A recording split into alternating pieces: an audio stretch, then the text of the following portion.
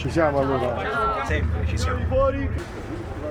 Ciao, buonasera a tutti. Se devo tradirti lo faccio con te.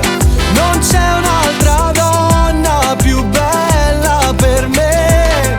Tu sei stata la mia forza, l'energia di una carezza.